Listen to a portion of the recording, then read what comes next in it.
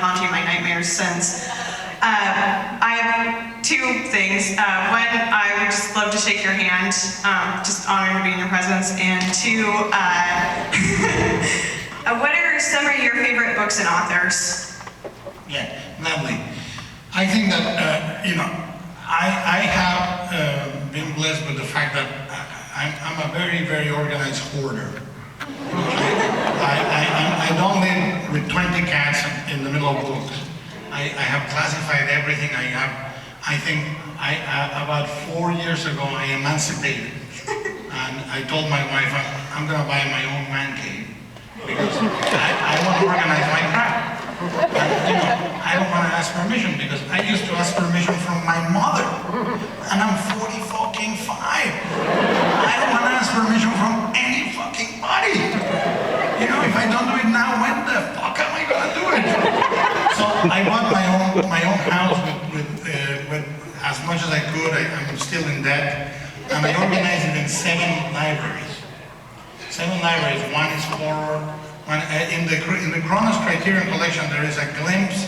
We go through a third of the house. We do a little tour called Welcome to Bleak House, and we go into a secret room with a passage. But I didn't want to shoot everything because we're building a new room that is called the rain room. That is a room where it rains 24 hours a day. So you want a rainstorm, you go to that room, you turn a switch, and outside the window there's thunder and lightning and water, and you can ride in the middle of the storm. This long-winded answer means my favorite books are about 7,000 books, but I'll tell you briefly, I think books are some of the most precious objects in the world. I am a bibliophile, and much as I do download books and music, I think that there is an animistic act of will and of giving them value when you buy the physical object. Because we are spiritual creatures. We need talismans. Books are talismans. And the day we stop believing in talismans, we become much poorer. So I believe in books. If you watch my movies, most of them have books. Books, and I tell you why I make them, because I want to keep them. And they're in my house. The Book of Crossroads from Pan's Labyrinth is in my house. The book that in Hellboy 2 Broom reads to his kid with the illustrations is in my house. The Book of the Alchemist from Kronos. Because I collect rare books.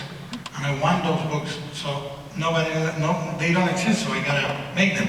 The second book of the strain, I invented a book called The Oxyvolumen that I completely researched and created the story for it. And my favorite authors, here we go. I'm not gonna stop, they're not in any particular order. So Oscar Wilde, Truman Capote, Charles Dickens, Victor Hugo, Faulkner, Nathaniel Hawthorne, Mark Twain, Jorge Luis Borges, Juan Rulfo, Juan Jose Arreola, Bertolt Gombrowicz, H.P. Lovecraft, Poe, Stephen King, Arthur Machen, Algernon Blackwood, M.R. James, Joseph Sheridan Le Fanu, and you keep, Clark Ashton Smith, Lord Dunsany, Michael Moorcock, and you keep going and going. I really could just not only geek out with you about the names, but I would geek out about the editions that I would like to buy. And I think that this is something that worries me, because I try to be fetishistic in my movies because I want to return the sense of value and worth to things that are talismanic. So I'm very fetishistic about the Kronos device in Kronos, or the book in Pan's Labyrinth, or the Mandrake and this and that, because I want to give them a value, because I come from a culture that is very spiritual, even if we chop each other to pieces. It is. And the thing that I believe is that the day you start this ritual that I'm about to tell you is a really great day. Name everything in your house. Name everything. Recognize your shoes as your shoes, not the shoes. Own and have a relationship with everything. My car, which I drive around, we call him the handsome one.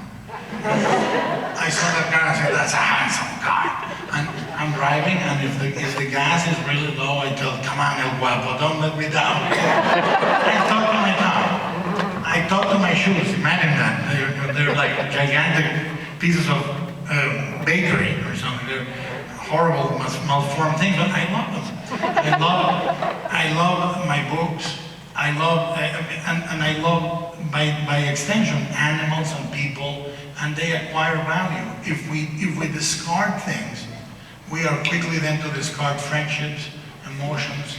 I really believe that the more, we live in a world that has enthroned reason over emotion. And let me tell you, that's bullshit. That's bullshit. That's absolute bullshit. We enthrone things that are grown-up concerns over magic. How many times do we hear about the things that contain any magic? Oh, you like those things? Oh, you read those things? Oh, you read Stephen King? Oh, yeah, I read, Milan Kundera, or whatever they read that is good and powerful and knowledge as an adult piece of writing. And then same with fantasy. The biggest fantasy that exists is war, geography, borders. Geologically, I'll pay $1,000 to anyone that can prove geologically where Mexico ends and the United States start. I will pay hard money. It's not true. We made it up. We made up what kind of sex we can have. We made up who is it fine to fuck with. We made up what is this and what is that, and we completely suffocate ourselves in rules. And fantasy I find liberating and freeing, and it's the only spiritual experience that comes without proselytism attached. When I believe in fantasy, when I believe in monsters, there's no guy living in a huge building with great robes, living out of my money that I give in his fucking church, whatever denomination it is. I really believe that we go to, why are vampires so popular amongst young people? Always. Because we need to believe in something else. And we're spiritual animals. So, these authors that we mentioned, these books that we talk about, these are people we get to know and transport us to places that we would have never visited. And with that, come and shake my hand and let's get the next question.